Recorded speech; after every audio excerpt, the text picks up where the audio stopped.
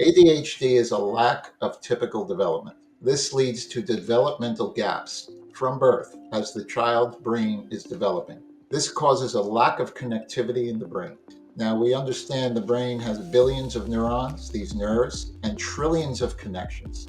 And all these connections have to fire and wire appropriately at the right times for the brain to function at any age for that age group. When you have this lack of connectivity, when you have developmental gaps, this results in symptoms: impulsivity, distractibility, emotional dysregulation, organizing, planning, prioritizing difficulties.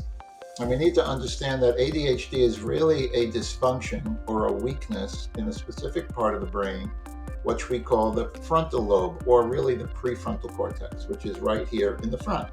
And that's called the executive. The executive makes all of these decisions. It's one of the highest levels of brain functions, which separates humans from all other animals.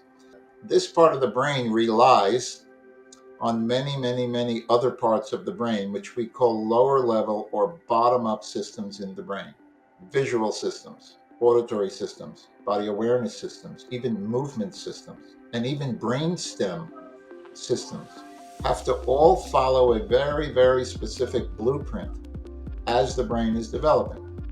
So if we look at the brain as a building, we have the foundation: first floor, second floor, third floor, fourth floor, and then we move up and up and up the chain in brain development to where we could make good decisions, control our emotions, have better frustration tolerance.